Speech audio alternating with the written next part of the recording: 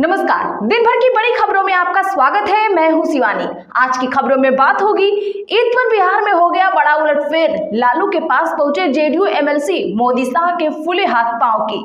तो इसलिए बुलाया था आरएसएस ने मोदी को। रिटायरमेंट पक्का, महाराष्ट्र से होगा नया पीएम की। और 3C फार्मूले पर बरसी सोनिया गांधी, मोदी सरकार की कर दी धुलाई की। वही फजीहत के बाद सामने आई ममता, चुन चुन कर बीजेपी लेफ्ट पर पलटवार की। साथ ही इस दिन संसद में पेश होगा वक्फ बिल, होने वाला है कुछ बड़ा की। इसी के साथ आज दिन भर की सभी बड़ी और प्रमुख खबरों को जानेंगे विस्तार से। उससे पहले एक नजर सुर्खियों पर। ममता बोली, लाल और गेरुआ एक हुए। भाजपा लेफ्ट बंगाल में बवाल भड़काना चाहती है। दोनों साथ मिलकर राजनीति कर रहे, कोई अशांति न फैलाएं। देश भर में ईद का जश्न, मोदी ने दी बधाई। वक्फ बिल के विरोध में नमाजियों ने बांधी काली पट्टी। राज ठाकरे बोले, सोशल मीडिया से इतिहास न पढ़े लोग, हमें पेड़ों नदियों की फिक्र नहीं, औरंगजेब की कब्र की चिंता कर रहे हैं। कौन होगा पीएम मोदी का उत्तराधिकारी, संजय राउत ने किया बड़ा दावा, आरएसएस से जुड़े तार। सोनिया गांधी ने लिखा, शिक्षा नीति में 3C का एजेंडा, इससे केंद्रीकरण, व्यवसायीकरण और सांप्रदायिकता बढ़ेगी। सरकार बच्चों के एजुकेशन के प्रति उदासीन। वक्फ संशोधन विधेयक इस दिन संसद में होगा पेश, मीडिया रिपोर्ट्स में दावा। गृह मंत्री शाह ने कहा था इसी सत्र में चर्चा के लिए लाया जाएगा। इतनी बैरिकेडिंग की गई और मुझे आने से रोका गया, बड़ी मुश्किल से मैं आ सका। ईदगाह पहुंचे अखिलेश यादव ने योगी सरकार को घेरा। हरियाणा बीजेपी नेताओं पर गिरेगी केंद्र की गाज, इनमें 2 पूर्व सांसद, केंद्रीय मंत्री का करीबी भी शामिल। बड़ौली का दोबारा अध्यक्ष बनना हुआ तय। भैयाजी जोशी बोले, संघ और मोदी में मनमुटाव नहीं। भागवत के बयान के बाद लगी अटकलें, कहा था मणिपुर त्राही त्राही कर रहा, कौन ध्यान देगा। पंजाब सीएम मानकर राहुल गांधी पर निशाना, बोले भगवान ने गुड़ नहीं दिया तो जबरदस्ती नेता बनने की कोशिश क्यों हो रही है। मुसलमानों के दिमाग में विष घोला जा रहा, केरल के बिशप ने किया वक्फ बिल का समर्थन तो किरेन रिजिजू का आया रिएक्शन। नीतीश मुखौटा, अमित शाह और अधिकारी चला रहे सरकार। ईद पर भी सियासत से चूके नहीं प्रशांत किशोर। महाराष्ट्र में संरक्षित स्मारक है लेकिन महिमा मंडन नहीं, औरंगजेब विवाद पर एक बार फिर बोले सीएम फडणवीस। सीएम नीतीश की पार्टी जदयू के एमएलसी पहुंचे लालू यादव के पास, गुलाम गौस ने मुलाकात की बताई वजह। एमपी में काली पट्टी बात कर ईद की नमाज की गई, फिलिस्तीन के समर्थक में बैनर, वक्फ बोर्ड के लिए मांगी गई दुआ। मंत्री बोले, उन्माद की कोशिश हम बर्दाश्त नहीं करेंगे। अगले हफ्ते जम्मू कश्मीर आएंगे अमित शाह, कठुआ एनकाउंटर के बाद अहम होगा केंद्रीय गृह मंत्री का दौरा। गुजरात कांग्रेस में होगा बड़ा बदलाव, विधानसभा चुनाव से पहले शुरू हो सकती है नई परंपरा, राहुल गांधी ने दिए थे संकेत। औरंगजेब विवाद को आरएसएस नेता जोशी ने बताया अनावश्यक, कहा जो भी अनुयायी हैं वो कब्र पर जाएगा। मजदूरों को कुचलने वाली लैम्बोर्गिनी कार इस यूट्यूबर की निकली, चैनल पर है 1.8 करोड़ सब्सक्राइबर। कांग्रेस ने शैक्षणिक संस्थानों में अल्पसंख्यकों के लिए नया कानून बनाने की उठाई मांग। चलिए जानते हैं बड़ी और प्रमुख खबरों को विस्तार से। उससे पहले वीडियो को लाइक करें, साथ ही आपसे रिक्वेस्ट, खबरों को आखिर तक जरूर देखें। सोनिया गांधी ने लिखा, शिक्षा नीति में 3C एजेंडा, इससे केंद्रीकरण, व्यवसायीकरण और सांप्रदायिकता बढ़ेगी। बता दें कि आज कांग्रेस नेता सोनिया गांधी ने राष्ट्रीय शिक्षा नीति 2020 की आलोचना की है। अंग्रेजी अखबार द हिंदू के एक आर्टिकल में सोनिया गांधी ने लिखा, केंद्र सरकार शिक्षा नीति के माध्यम से अपने 3C एजेंडे यानी केंद्रीकरण, व्यवसायीकरण और सांप्रदायिकता को आगे बढ़ा रही है। शिक्षा नीति भारत के युवाओं और बच्चों की शिक्षा के प्रति सरकार की गहरी उदासीनता को दिखाती है। सोनिया गांधी ने अपने लेख में केंद्र पर संघीय शिक्षा ढांचे को कमजोर करने का आरोप लगाया। उन्होंने लिखा, मोदी सरकार राज्य सरकारों को महत्वपूर्ण नीतिगत फैसलों से बाहर रखकर शिक्षा के संघीय ढांचे को कमजोर कर रही है। शिक्षा नीति में केंद्र सरकार ने सारी ताकत अपने हाथों में ले ली है और सिलेबस और संस्थानों में सांप्रदायिकता फैलाई जा रही है। सोनिया ने शिक्षा नीति के लिए फैसले लेने की प्रक्रियाओं में राज्य सरकारों को दरकिनार करने का भी आरोप लगाया। कौन होगा पीएम मोदी का उत्तराधिकारी? संजय राउत ने किया बड़ा दावा, आरएसएस से जोड़े तार। बता दें कि आज शिवसेना नेता संजय राउत ने पीएम नरेंद्र मोदी को लेकर बड़ा दावा किया है। उन्होंने कहा है कि पीएम मोदी का उत्तराधिकारी महाराष्ट्र से होने जा रहा है। उन्होंने पीएम के आरएसएस यानी राष्ट्रीय स्वयंसेवक संघ के मुख्यालय जाने के तार भी इन चर्चाओं से जोड़े हैं। हालांकि इसे लेकर भारतीय जनता पार्टी या संघ की ओर से आधिकारिक तौर पर कुछ नहीं कहा गया है। राउत ने दावा किया कि नागपुर में पीएम मोदी के उत्तराधिकारी को लेकर चर्चा हुई थी। उन्होंने कहा, प्रधानमंत्री नरेंद्र मोदी के उत्तराधिकारी का चुनाव आरएसएस करेगी, इसीलिए मोदी को नागपुर बुलाया गया था ताकि बंद दरवाजे में हुई बैठक में इस बात पर चर्चा हो सके।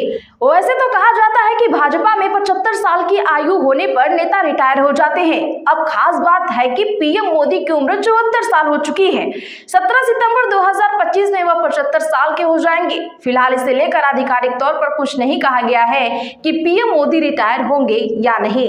वैसे आपको क्या लगता है, कमेंट जरूर करिए। ममता बोली, लाल और गेरुआ एक हुए, भाजपा लेफ्ट बंगाल में बवाल भड़काना चाहती है। जी हां, बता दें कि पश्चिम बंगाल की मुख्यमंत्री ममता बनर्जी ने मालदा में हुए बवाल को लेकर भाजपा और लेफ्ट पर एक दूसरे के साथ मिलकर राजनीति करने का आरोप लगाया। ममता ने बिना नाम लिए कहा कि ये दोनों पार्टियां मिलकर बवाल भड़काने की कोशिश कर रही हैं। नवरात्रि चल रही है, मैं इसके लिए भी शुभकामनाएं देती हूं, लेकिन हम चाहते हैं कि कोई भी अशांति न फैलाए। बता दें कि ममता आज ईद के अवसर पर कोलकाता में ईदगाह पहुंची थी। उस दौरान उन्होंने कहा कि टीएमसी सरकार बवालों को रोकने के लिए प्रतिबद्ध है। हम सभी धर्मों के लिए अपने जीवन का बलिदान करने के लिए तैयार हैं। ममता ने आगे कहा कि बहुमत का कर्तव्य अल्पसंख्यक की रक्षा करना है और अल्पसंख्यक का कर्तव्य बहुसंख्यकों के साथ रहना है। बिहार में सीएम नीतीश की पार्टी जदयू के एमएलसी पहुंचे लालू यादव के पास। जानिए ईद पर क्या हो गया खेला। जी हां, राजनीति महकमे में पिछली बार सरकार के सहयोगी दल और विधायकों के इधर उधर जाने की चर्चाएं जोरों पर थी। वह मकर संक्रांति का समय था। उस समय एनडीए के सहयोगी और चिराग पासवान के चाचा पशुपति पारस अंधेरे में लालू प्रसाद यादव से मिलने गए थे। खेमा बदलने की चर्चा इसलिए होने लगी थी क्योंकि पशुपति पारस पिछले दरवाजे से राबड़ी आवास प्रवेश किए थे। ठीक उसी तरह की चर्चा आज फिर उस समय होने लगी जब जदयू एमएलसी गुलाम गौस राबड़ी आवास पहुंच गए और लालू प्रसाद यादव के साथ साथ राबड़ी देवी से भी मुलाकात की।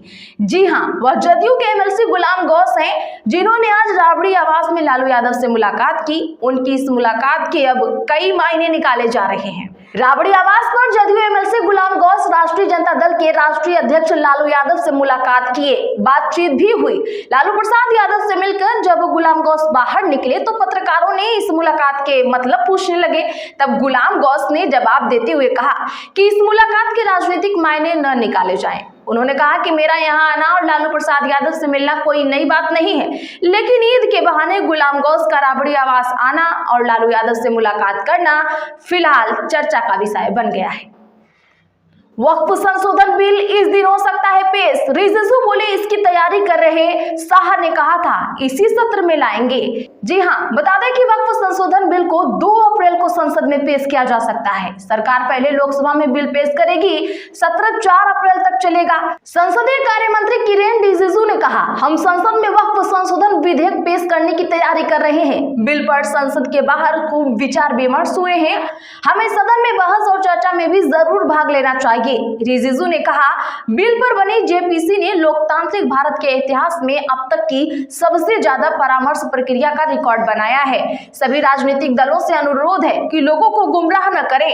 वहीं आज ईद के दिन मुस्लिम समाज देश में कई जगह नमाज अदा करने के लिए लोग वक्फ बिल के विरोध में काली पट्टियां बांधकर पहुंचे। रमजान का आखिरी जुमा 28 मार्च को all India Muslim personal law board ने देश भर के मुसलमानों से काली पट्टी बांधकर नमाज पढ़ने जाने को कहा था।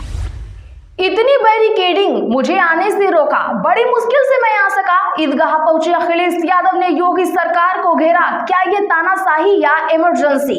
बता दें कि आज अखिलेश यादव ने सभी को ईद की मुबारकबाद देने के बाद कहा कि कभी इतनी बैरिकेडिंग नहीं देखी। पुलिस ने मुझे यहाँ आने से रोका, बड़ी मुश्किल से मैं यहाँ आ सका। किसी अधिकारी के पास कोई जवाब नहीं था। ये धमकी है या तानाशाही कि दूसरे धर्म के लोगों के त्योहार में शामिल न हो सका।